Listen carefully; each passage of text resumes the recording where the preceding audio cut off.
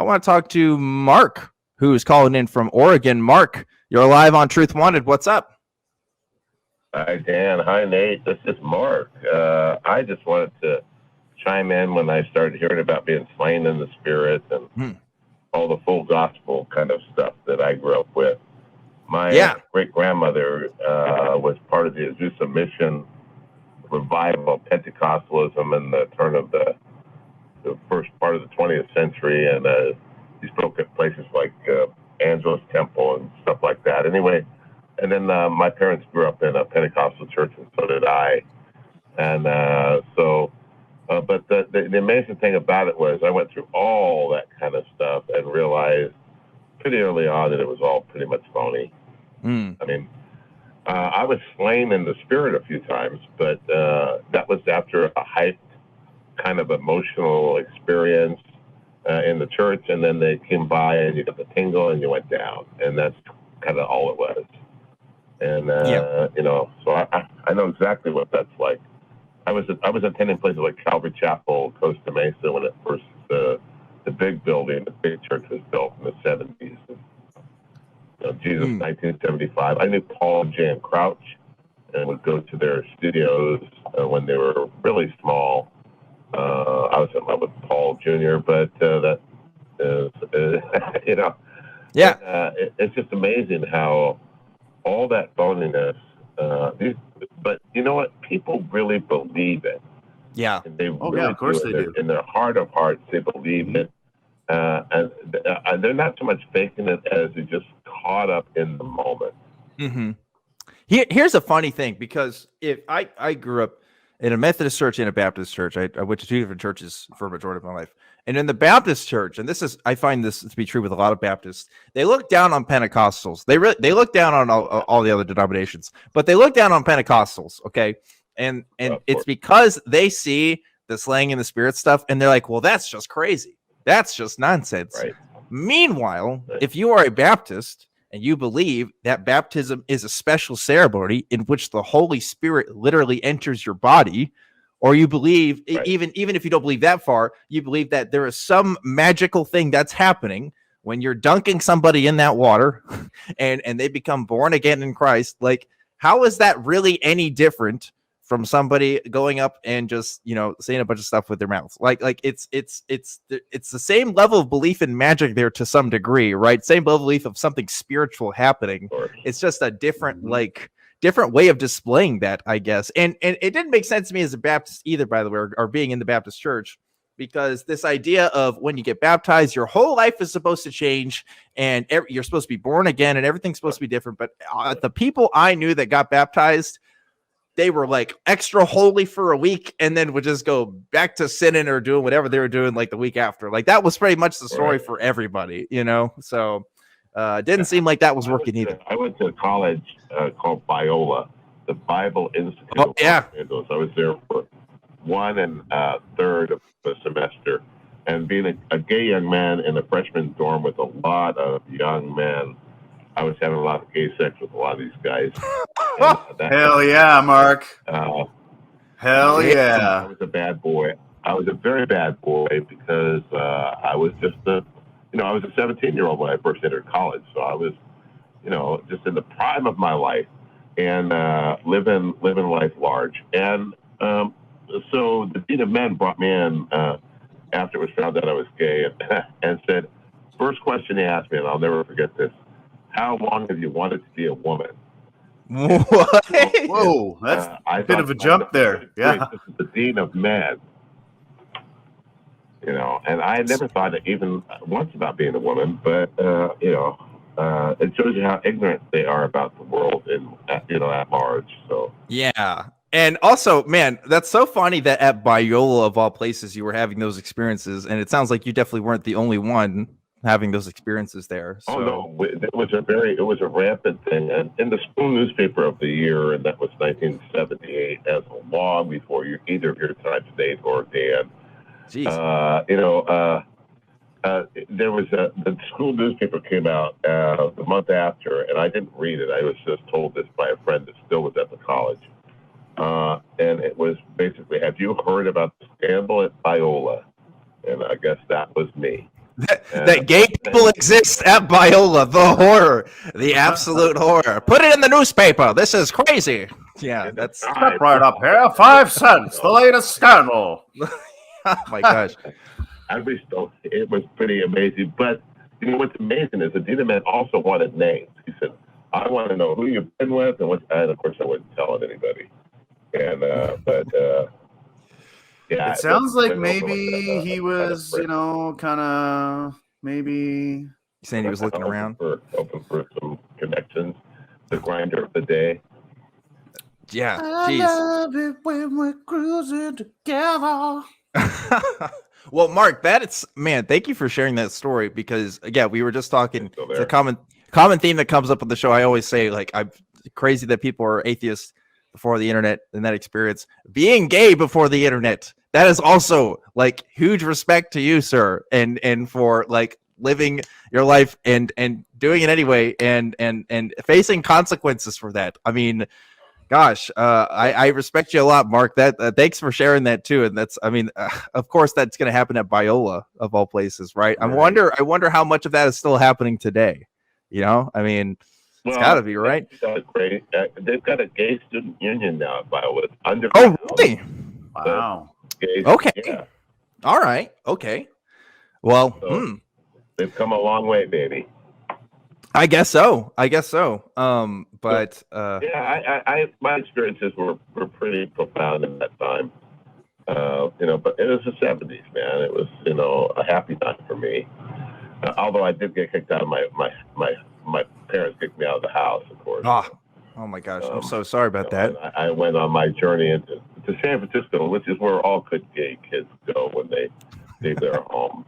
Mark, did you put flowers in your hair when you went to San Francisco? No, because I was a gay man and I didn't want flowers in my hair. But I had leather pants back in the day. Hey. That's awesome. I had a leather jacket eventually, but yeah, I walked the streets of San Francisco, Polk Street, and then Santa Monica, in West Hollywood, and then I went to Waikiki when I got too old to hustle anymore, and I needed to vacation. So gotcha. Went from Jesus freak to hustler. So that's. Yeah, it's like I never want to say, because there's that stereotype of people who are in the pastor position or the super Christian position, and there's like the stereotype of they're like, the reason why they're so caught up on other people's sexual lives is because they're gay themselves, right? Like I don't want to assume anybody's sexuality. But like, there's all these stories like the ones you're telling me, Mark, and you're not the first person that's told me that they went to a Christian place or a Christian school or Christian whatever, and there's this secret underground like meeting of gay people, like just doing that. So like it's coming from somewhere, these stories. And again, I will never make that assumption blindly, but I do wonder like how many people go that route of religiosity because they are struggling with their internal sense of identity. I mean, it's obviously a thing. Like people have talked about all the time. As a matter of fact, one of the guys that started Exodus International was named Mike Bussey, and for a short time, I tried to get ungay. Really? To get back to my family, and I met Mike Bussey, and he did an interview with me. And Mike Bussey. Did you just say Bussey? I'm sorry, Mark. Did you just say Mike Bussey? That's unfortunate. Yeah. Wow. As a fellow gay man, I get that joke, and I hope that some of our audience does as well. I'm sorry. Continue, please. Continue. So that was his name. Anyway, he came out as he was a gay man that has gotten better, in quotes, and was trying to help other gay teenagers, interestingly enough, to get out of the gay life. And so I met him, I interviewed with him, and I said I didn't really want anything to do with his whole Exodus International, but he came out as a gay man with a lover years later. And then I also, for a short time, stayed at a place in San Rafael called Love in Action, which was for kids that were in the street in San Francisco. And basically, I did what I did at Biola. which was have sex with all the kids, and they kicked me out there too. I was a sexual dynamite boy in the day, not anymore, but I got into a lot of trouble. So, man, well, it was a You'll heady find time. no slut shaming here, Mark. Get it? no slut shaming boy. here. I was gonna make a joke because like that's exactly what they would say about gay people, right? That they're so sexually deviant and they just want to sexually sin all the time, you know. But you know, obviously, Well, there's a lot of repression. I was a street kid, so when you don't have any money and you're living on the street and you're a gay man, well, a gay kid, basically, you know, I was a sex worker, basically. So, you know, eventually I became an insurance agent. So, the next time you see your insurance agent, you might want to wonder where their past might have led them. But, you know, things change and people grow up. And when you're not a teenager and you need to make money in other ways, you know, things change. So, yeah. But Pentecostal beginning, the hustler to insurance agent. There you go. There you go. That's quite a journey, Mark. Well, I'm glad, you know, the world is obviously definitely not fucking perfect. Holy shit. But at least I'm so glad that we could even have a conversation like this, you know, on a call-in show that just like couldn't happen so many years ago now. I'm glad to see that at least some of that progress has been made. And I'm glad that I've changed my mind on this stuff too. Obviously, I grew up, I've talked about this before, in a homophobic environment. I definitely had homophobia like in me as well and in my thoughts about other people. But even like the Christian friends that I know have really changed on that in the past few years. So we'll see. I mean, there's going to be continuing survey data about how people feel that way in the United States, but it seems to be people are more accepting now and more understanding, you know, as a whole, which is good. And I just hope that trend continues, Mark, so that other people don't have to, you know, have to go to sex work to feel like that that's how they have to make their living. Because I don't want that to be. Also, it's important for us all to if we can, to be out and proud. Yeah. And not to and I've been out since 1978, and so and I was living that gay life before that too. But I was out by 1978 and was able to meet people like Harvey Milk and people like that. Right. And you met Harvey Milk? They were the Harvey Milk. Yeah, I was in Polk Street. He was at the Castro camera shop during that time. So wow. What? Oh, that's awesome. That is so cool. Yeah, I mean, there were people that went well before me at Stonewall and stuff that came out, and you know, and that were out and proud. And Harvey was one of those people. Now, I didn't really know who Harvey was because I was a teenager and I really didn't care a lot about politics. So, but his camera shop was open, and a lot of us would hang out. When we were in the Castro, would hang out at the camera shop. I stayed at Polk Street pretty much because I was a teenager, and that's kind of the crew that I went with. You know, and there was Folsom, of course, which was where I stayed away from if I could help it because I was scared of it as a young person. But yeah, Harvey Milk was an interesting man. That's that movie Milk. Sean Penn I thought did a really good job. He was so good. He was. You haven't seen it, Dan? No, I haven't seen it. Oh my Lanta! I've wanted to see it for a while, ever since I saw it came out. It's on Netflix still, right? Anyway, I'll have to check that out later. But Mark, I don't even know you anymore, Dan. I don't even know you. I'm sorry. I don't know if I can go on with this show now. I'm just. I'm going to chat up here, and I'll listen to the rest of the show. Thanks. Thank you, Mark. Sounds good, Mark. Thanks for calling.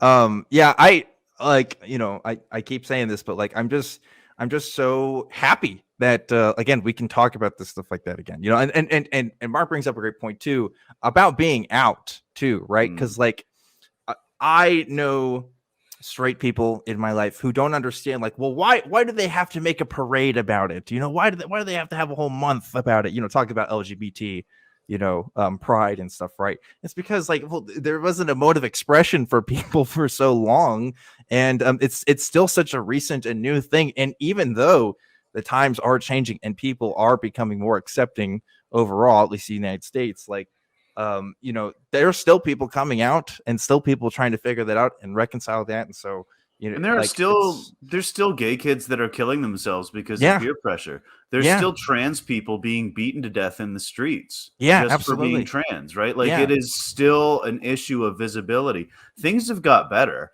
Right. And like Mark was saying, you know, like we have made progress relatively quickly. And one thing I like to bring it back to too is like, if you think about it, like as recently as 1967, it was illegal for it, like interracial couples were illegal. Right. And like, look at us now, like to think back to like 1967 to now, like, what is it? 50, 60 years? Yeah. In 60 years. Like nobody would ever suggest that's wrong now because you say that, but okay, Twitter, well, nobody decent on the internet and 4chan would say. Remember, they like pulled that the Cheerios commercials? Like, it wasn't even a decade ago, I don't think, because there was like an interracial couple on it.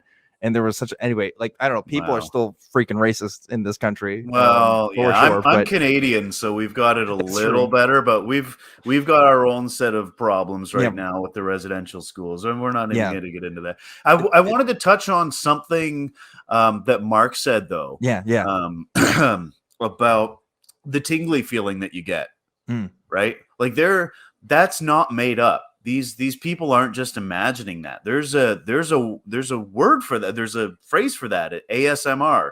I had to look it up because I'm not that smart. Autonomous sensory meridian response. So like that tingly feeling that you get when you hear that song that you love, or when you're surrounded by a group of your friends, right? That is a real thing. That is a physiological response. That's not the Holy Spirit. That's just a part of the human body. So they're not just faking it. It is genuine. Yeah. What they attribute that to, well, that's completely different entirely. Right. Yeah. There's a difference in origins there, right?